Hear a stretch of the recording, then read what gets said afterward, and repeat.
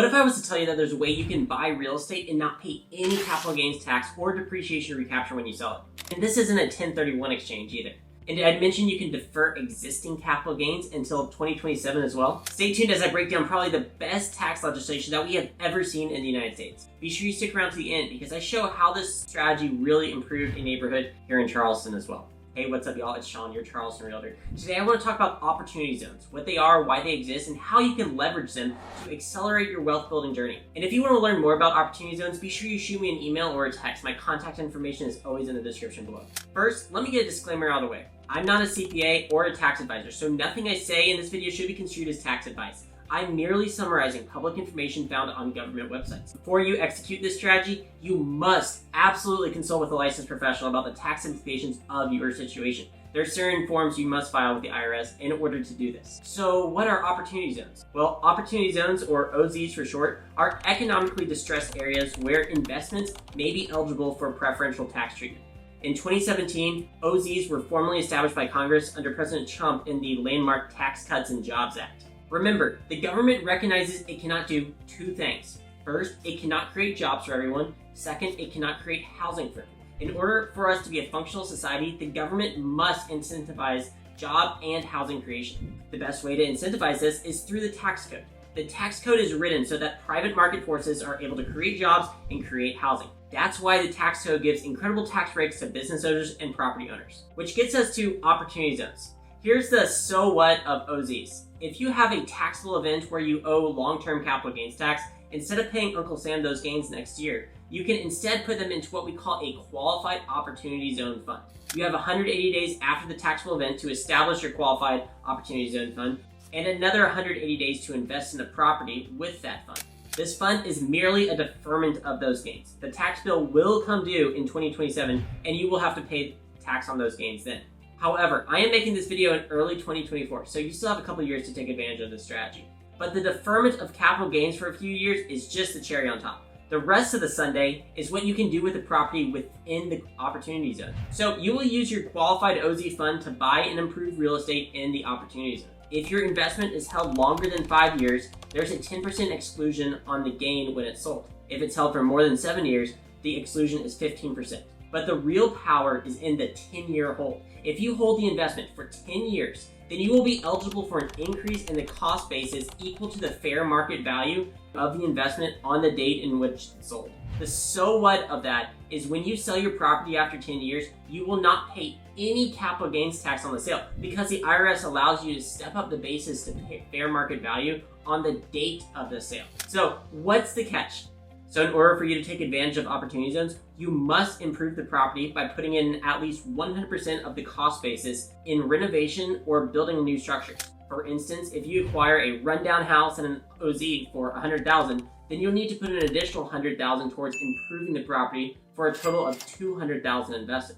This might be a little hard to do for existing structures unless you get a phenomenal deal, but would almost certainly be feasible if you bought raw land and then built a structure. For instance, a lot might cost $40,000, which means you need to put in at least another $40,000 to build a structure, which is almost impossible not to spend a sum far greater than that. So let's put it together with an example. Let's say you find a house from a wholesaler, or maybe it's listed on the MLS for $100,000. By the way, if you want to find off-market properties here in Charleston, feel free to shoot me an email.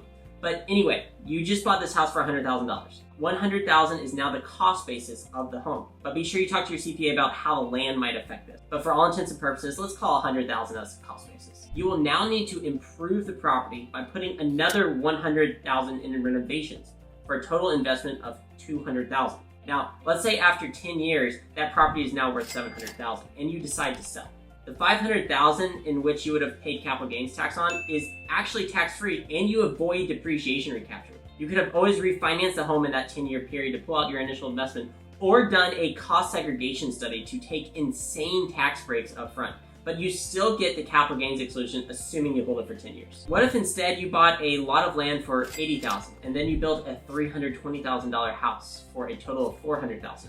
10 years later, you hypothetically sell the same house for $800,000. That $400,000 gain is actually tax-free and you avoid depreciation recapture. And the avoidance of depreciation recapture cannot be understated. If you can do a cost aggregation study, especially when there's still some incredible bonus depreciation out there, you can take massive tax savings today. And guess what? The recapture bill never comes due. This is simply an amazing tax hack. So if you haven't heard of opportunity zones until this video, you might be telling yourself that this is too good to be true. There is no way that such an incredible tax strategy even exists. But yep, it exists, and you're not encumbered by the rules of the 1031 exchange until you die. The only catch is you have to invest in an opportunity zone, and they're not everywhere. After the 2017 tax law, Congress mandated local, state, and county governments identify economically distressed areas. There are tons of opportunity zones out there, and some of the areas might surprise you. Since I'm a realtor in Charleston, I am intimately familiar with Charleston's OZs, but you should be able to look up your area's specific OZs on individual state websites. So here in Charleston, our opportunity zones encompass portions of the Charleston Peninsula. Ironically, most of the short-term rental overlay zone is an opportunity zone, meaning that development in here could be met with some incredible cash flow as well. Go further north, and much of North Charleston up to Ashland Phosphate Road is within an opportunity zone. Surprisingly, as we go north into Summerville, we see that a good chunk of the city of Summerville is within an OZ.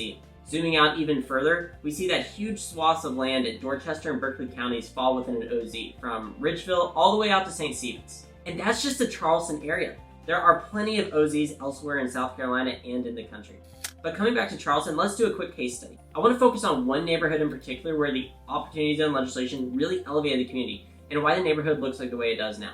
What is the neighborhood, you might ask? It's actually Union Heights in North Charleston. The awesome part about Union Heights is that it's the southernmost neighborhood in North Charleston, meaning it's incredibly close to downtown Charleston itself. This is highly appealing for investors. Now, there are some stretches of Union Heights that have verbiage written in the deeds that prohibit certain investment strategies, but definitely not all of it. In my view, this is an awesome example of how OZ legislation has improved the community. Take, for instance, this intersection of Hugo and Cosmopolitan Street in Union Heights. This is 2015, and you can see several vacant lots and a dilapidated commercial building next door. Fast forward to 2023, and you can see that new homes have been built, and the commercial building is completely renovated. This is just one of dozens of examples in this neighborhood. The investors who built or renovated these homes are in store for some incredible tax savings. What I've seen in this neighborhood in particular is an investor will build a few homes, and then they're actually going to sell one to recoup some of that initial capital it took to build the homes in the first place. So that's opportunity zones. It is the single best tax legislation that we have seen recently in this country, and we can definitely utilize it